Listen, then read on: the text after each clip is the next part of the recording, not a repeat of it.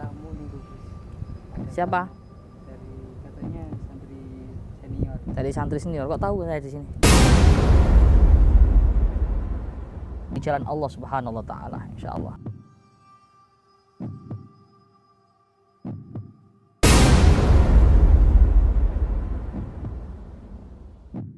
Ini sudah bebas, Gus?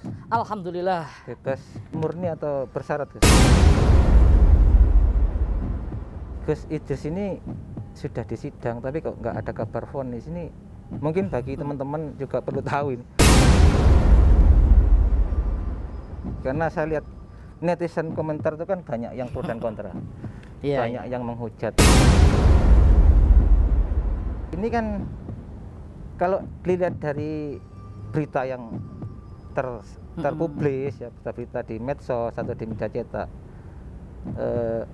itu kan tuntutannya berapa tahun gitu ya, saya nggak begitu ini kok 3 bulan ini.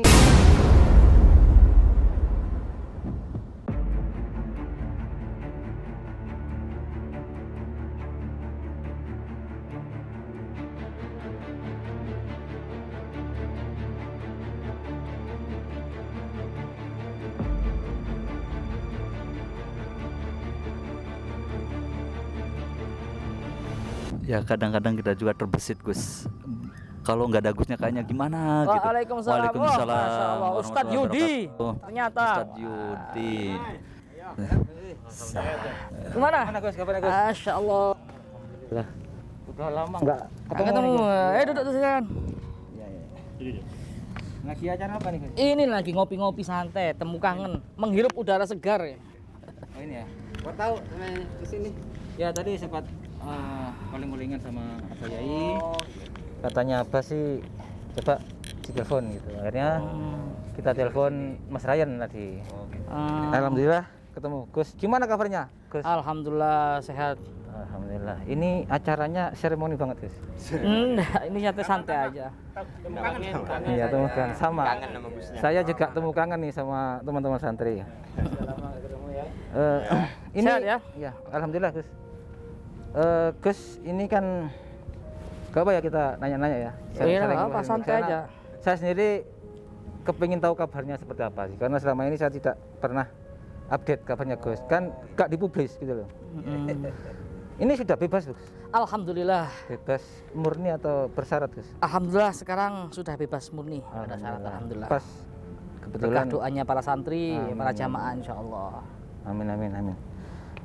Terus ini vonisnya berapa lama, Gus? Karena kan banyak yang nggak tahu. Saya sendiri bertanya-tanya, Gus Idris ini sudah disidang, tapi kok nggak ada kabar vonis ini. Mungkin bagi teman-teman juga perlu tahu ini, vonisnya berapa lama kira-kira kok? Kita itu menjalani sidang selama 3 bulan, hampir 3 bulan. Dan di situ kita mendapatkan vonis 3 bulan. 3 Alhamdulillah, ya sedang Alhamdulillah. bebas lah. Iya. Vonis 3 bulan. Ini 3 bulan. Jadi hanya beberapa hari setelah sidang putusan itu kita Ya. keluar gitu. Hmm. Ya alhamdulillah. Tapi selama ini dalam persidangan ada kendala, Gus, kira-kira? Alhamdulillah di persidangan kita lancar-lancar aja. Cuman sekarang kan pandemi itu, Ya. Kang. Sekarang kan pandemi, jadi kita sidangnya itu dari lapas, dari online gitu. Oh, Sidang virtual. online semua virtual. Virtual. Iya. Ya alhamdulillah berkah doanya panjenengan semua pemirsa dimanapun anda berada. Ini kita live ini. Oh, oh ya, makanya saya dikasih ini tadi. Iya. Tapi nggak apa-apa. Gak apa-apa, ngobrol santai aja. Biar tahu. Siap. Iya. Iya. Iya. Terus ini, Gus.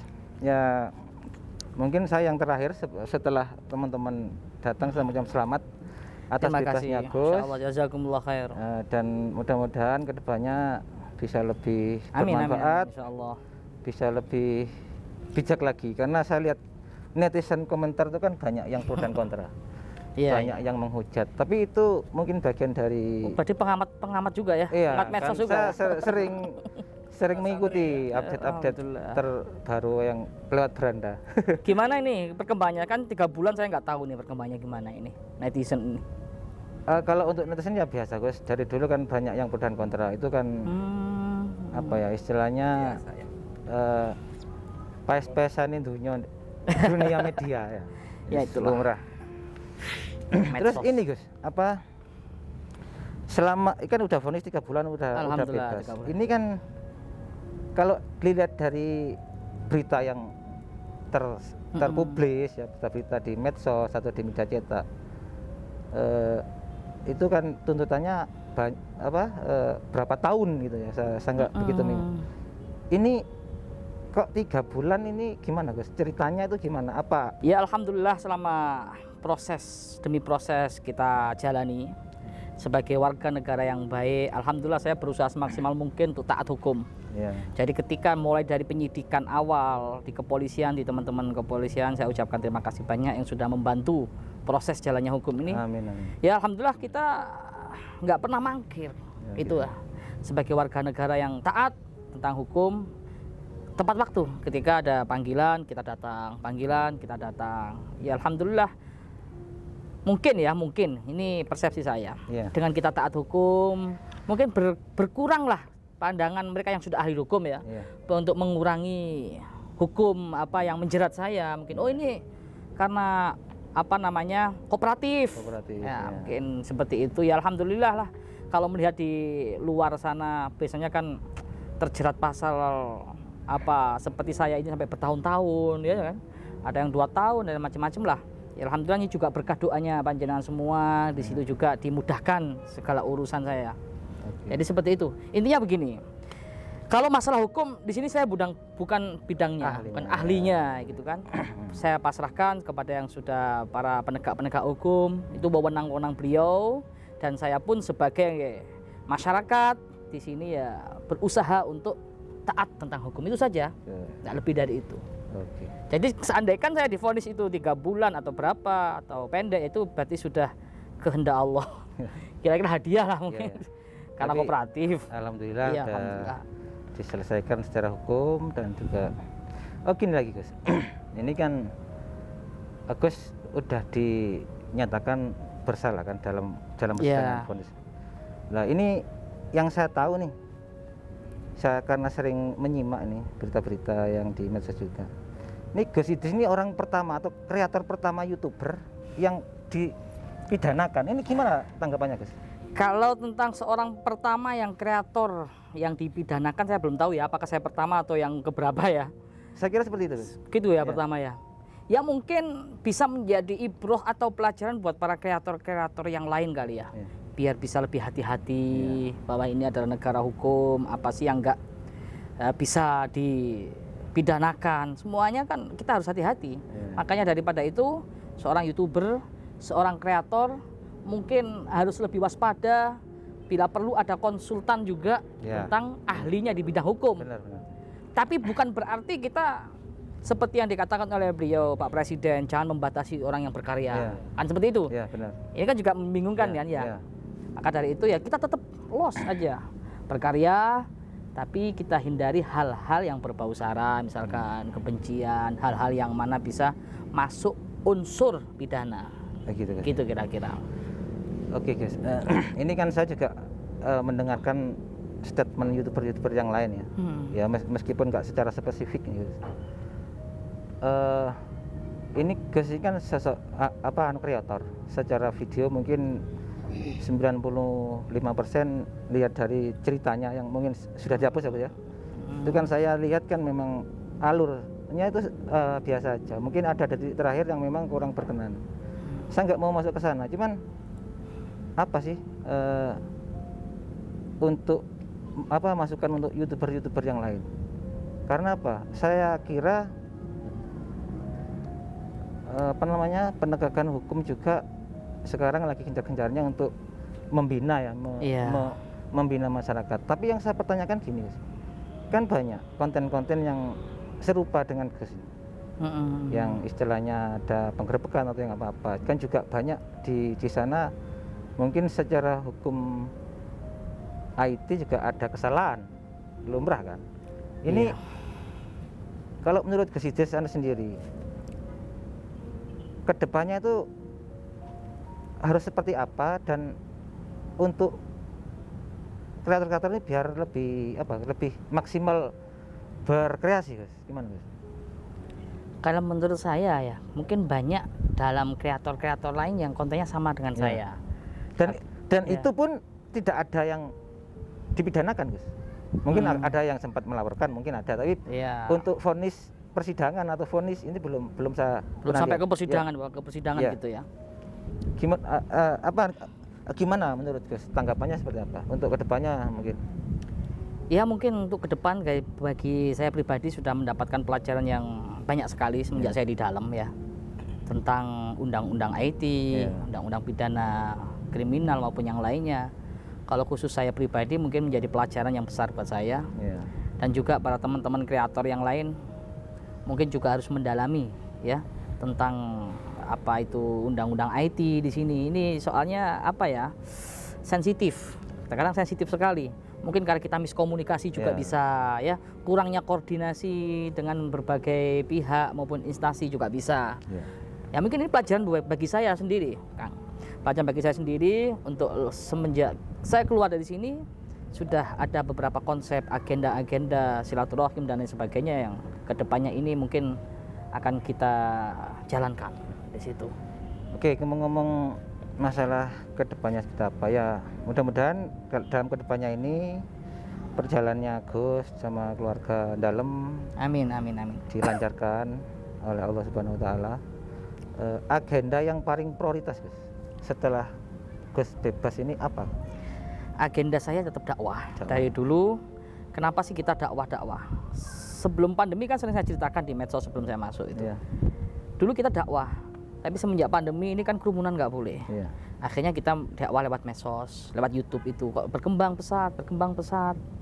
Lah, apa setelah itu yang akan kita lakukan semenjak ini saya keluar ini? Ya tetap kita akan niat dari awal tuh alaniah kita sudah dakwah. iya. Dakwah, di mana dakwah itu adalah menebarkan tentang kebaikan, cinta, edukasi lah Iya. ya. Ini kedepannya gitu. Itu yang pertama prioritaskan, yaitu tetap dakwah. Yang kedua silaturahim. Ini silaturahim mungkin kedepannya lebih kita tingkatkan lagi. Yang buruk kita perbaiki. Iya. Yang sudah baik kita tingkatkan lagi lebih baik. Iya. Karena pengalaman gitu. Jadi Insya kira-kira Allah. seperti itu. Insya Allah Gus kedepannya lebih dilancarkan lagi. Nggih. Insyaallah. Dan ini sebelum saya bertanya tentang di Ponpes ini kan banyak cerita, banyak pertanyaan juga selama Gus di dalam kan. Ini selama 3 bulan di penjara ini kira-kira ada yang mengistimewakan Gus atau gimana Gus? Oh enggak ada itu istilah Ya, ya. diistimewakan, Gitu ya. dispesialkan, dianak emaskan enggak. Semua bapak-bapak yang ada di lapas, para petugas-petugas ya, terima kasih juga saya ucapkan pada beliau-beliau yang dengan tulus membina saya, menjaga saya, merawat saya, membimbing saya. Insya Allah beliau dibalas berlipat-lipat kebaikan. Enggak ada istilah itu dispesialkan, enggak ada. Nggak ada, Gus, ya? Enggak ada. Tapi gimana Gus? Perjalanan selama 3 bulan ini mungkin karena Gus kan mungkin tidak pernah ya, tidak pernah berurusan dengan hukum sampai sejauh ini. Iya. Terus kesannya di dalam itu seperti apa Gus? Boleh diceritakan. Ini untuk teman-teman Gus, mungkin untuk publik ya atau netizennya Gus ini yang karena ini di-shoot buat pelajaran Gus. Gimana? Ya, alhamdulillah banyak pengalaman Mas ya. Jadi kita ada kata ulama itu mengatakan setiap kita hidup di dunia ini itu adalah tidak lain pula bisa kita ambil hikmah dan pelajaran. Begitu juga dengan uzlahnya saya ke dalam, banyak sekali yang saya ambil pelajaran di situ. Yang dulunya saya nggak kenal, yang dulunya saya nggak tahu tentang hal ini, sekarang jadi tahu. Ya gitu ya. Dan juga berbagai macam karakter ya di dalam itu, min qabail syatta wa biladin syatta, dari berbagai kabilah, dari berbagai permasalahan hidup di situ kumpul jadi satu, kita tukar pikiran, kita sharing. Kayak gini Mas, sebelum saya masuk di situ nggak kenal ini kasus seperti katakanlah narkoba, Iya. ya kan. Semenjak bergaul di situ, alhamdulillah saya di situ juga ngajar mereka yang dari narkoba juga, dari kriminal juga, bahkan yang sampai SH pun. SH itu artinya seumur hidup. Seumur hidup. Bahkan yang hukuman mati pun sudah pernah saya jumpai. Alhamdulillah. Ternyata mereka kebanyakan kan ya wajar ya, mungkin yang divonis sampai seumur hidup kan pasti pikirannya down. Nah, disitulah peran penting ilmu hikmah spiritual di situ ya, membuat dia lebih menyemangati untuk lebih hidup lagi di situ. Alhamdulillah banyak sekali hikmah pelajaran yang bisa kita petik, yang mana tidak pernah kita dapatkan di luar, yang adanya di dalam. Mungkin nggak bisa kita ceritakan Sedetail semuanya, mungkin, ya. sedetail mungkin. Ya intinya banyak sekali pelajaran hikmah yang besar yang di situ yang masya Allah ya luar biasa yang mana nggak kita dapatkan di luar lah intinya. Intinya pesan yang saya tangkap untuk yang belum pernah masuk istilahnya. Mungkin Untuk bisa harap mencoba berhati-hati masuk. ya. Atau Kalau bisa pengen tahu mencoba bisa masuk. Ya. Boleh Pak Aris, kan Pak Dadang sudah pernah. Terus ini Gus, ini ada saya sempat menyorot viewernya Gus Idris ya, tapi sudah sebelum Gus ada permasalahan hukum ini. Tapi terus itu terus di tag, terus di copy paste terus.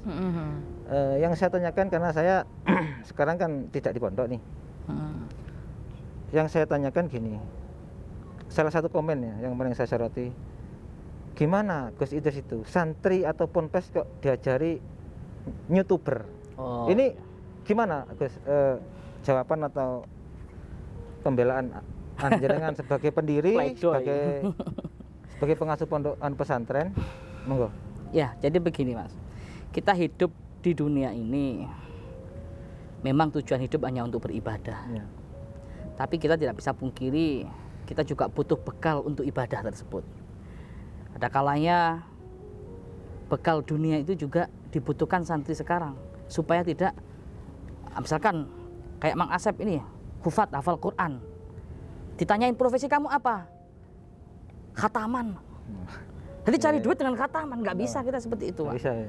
Maka itu kita ajari santri, cuman kita tetap prioritaskan kepada mengaji, tafakuh, tahfidz yang kita prioritaskan. Kalau santri itu seperti kru misalkan ya kita ajari bagaimana berkarya, bagaimana bisa hidup di situ, bagaimana bisa istilahnya bekal di dunia itu penting sekali. Ya kita nggak bisa pungkiri, finansial itu orang memandang sebelah mata sekarang. Kalau santri nggak punya apa-apa, santri kolot kan ya maaf di sini kan ya. Jangan, kita ingin mencetak santri yang multi talent di situ. Selain jago ngaji, jago ilmu hikmah, jago baca kitab kuning, hafal Al-Quran, tapi juga dunianya nggak kalah. Gitu loh. Bersaing dalam hal dunia nggak kalah, maka kita ajarkan dengan berkarya. Yang bermanfaat khairun nas anfa'uhum nas. Kenapa saya memilih katakannya bukan bisnis ya? Kok YouTuber kan gitu. Karena YouTube ini medsos ini adalah alat yang mana kalau kita pandai manfaatkan, ya kan? Multifungsi ya, multifungsi iya. Kalau bisa manfaatkan satu, ibaratnya kan gini, kalau satu peluru hanya bisa menembus satu kepala, tapi satu kalimat, satu nasihat mutiara bisa menembus jutaan kepala. Khairun nas anfa'uhum linnas. Sebaik-baik manusia adalah manusia yang bisa bermanfaat. Nah, tujuan kita bikin YouTuber itu apa ya? Untuk dakwah itu, Mas. Untuk edukasi. Yang awalnya nggak sholat, alhamdulillah semenjak ada Gio yang awalnya nggak pernah sholat jadi rajin sholat. Terima kasih Gus, semenjak lihat konten-konten YouTube jenengan saya jadi takut sama Allah, takut akan siksaan azab, jadi sholat. Berarti kan pahalanya mengalir kepada kita, pada santri, ibadah kan juga. Benar. Dulu yang awalnya saya minum minuman keras, awalnya saya pakai narkoba, sekarang semenjak melihat konten jenengan jadi semua di stop.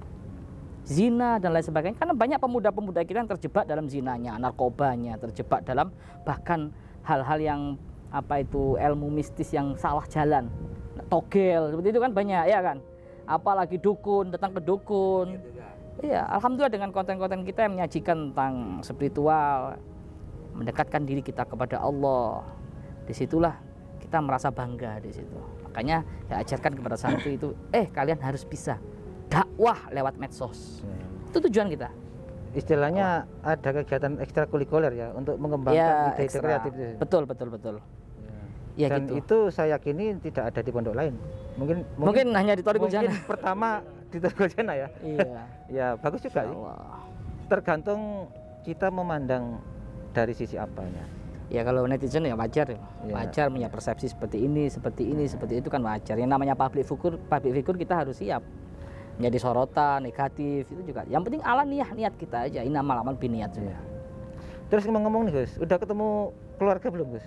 Alhamdulillah sudah ketemu keluarga, anak pertama Umi, ketemu Olivia gimana kabarnya? Abah, ketemu orang tua, ketemu istri, ketemu anak. Ini juga pelajaran spiritual bagi saya sendiri. Ketika saya di luar, saya sering menyanyiakan istri, menyanyiakan anak. Ketika anak ajak main, saya sibuk dengan dakwah. Lah, ketika saya di dalam baru merasakan, Pak. Netes air mata, ya Allah. Rindu. Ya Allah, dulu saya sering menyanyiakan istri saya. Dulu saya sering menyanyiakan anak saya, orang tua saya. Nah, di situ ibroh yang bisa ambil pribadi dari saya. Begitu saya keluar dari sini, saya akan menghabiskan waktu untuk keluarga dulu. Tapi Gus, kapan Gusnya ke pondok, Gus? Insya Allah Sabtu, ya. Insya Allah kita Sabtu ke pondok. Ini agenda-agenda di luar ini saya mau fokus nyenengin anak istri dan juga orang tua dulu. Itu yang pertama. Yang kedua, kita juga akan sowan ke guru-guru saya yang masih hidup ataupun yang sudah wafat, dengan ziarah juga. Setelah itu insya Allah saya targetkan Sabtu saya sudah hadir di rutinan. Sabtu besok? Iya, di rutinan malam Ahad insya Allah. Terus ini lagi Gus, kita kembali lagi karena kadang saya juga bertanya-tanya ini. Kalau lihat dari perjalanan proses hukum Gus ini kan panjang banget. Ya mungkin memang harus dilalui proses-proses itu. Ini kan juga sempat ada mau islah ya, mau islah atau untuk menggugurkan pelaporan itu. Itu perjalanannya seperti apa Gus? Mungkin cerita sedikit dah. Karena kita kan juga mengikuti beritanya simpang siur. Yang Gus Idris begini, terus ada sudah dilaporkan sekian ini. Ini itu gimana Gus?